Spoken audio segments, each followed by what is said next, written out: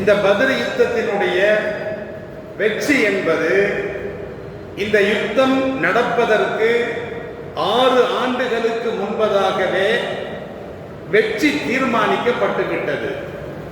எல்லாம் அல்ல அல்லாஹ் சூரத்துல் கமரிலே சொல்லி காட்டுகின்ற பொழுது சயுஹ்ஸமுல் ஜம்உ வ யுவல்லூன துபுரு, அதி விரைவில் ஒரு கூட்டம் தோற்கடிக்கப்படும், அந்த கூட்டம் புறமுதுகு காட்டி ஓடும் என்று அல்லாஹ் ரப்பல் ஆலமீன் அல் குர்ஆன்ல பேசுறான்.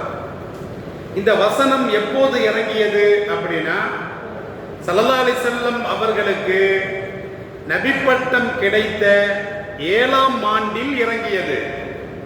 இது எது குறித்து பேசுகிறது என்று சொன்னால் 6 ஆண்டுகளுக்கு பிறகு ஹிஜ்ரி 2ஆம் ஆண்டு பத்ர் யுத்தம் நடைபெறுகிறது. ஸல்லல்லாஹு அலைஹி வஸல்லம் அவர்கள் நபிப்பட்டம் கிடைத்து கிட்டத்தட்ட 13 ஆண்டுகள் மக்காவிலே இருந்தார்கள்.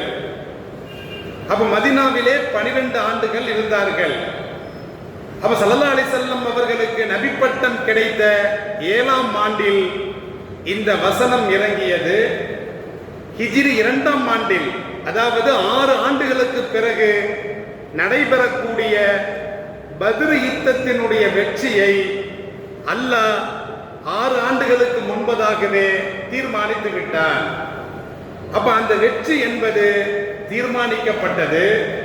இருந்தாலும் கூட அந்த வெற்றிக்காக வேண்டி சஹாபாக்களுடைய உழைப்பு, சஹாபாக்களுடைய தியாகம் என்பது அபரிதமானதாக இருந்தது.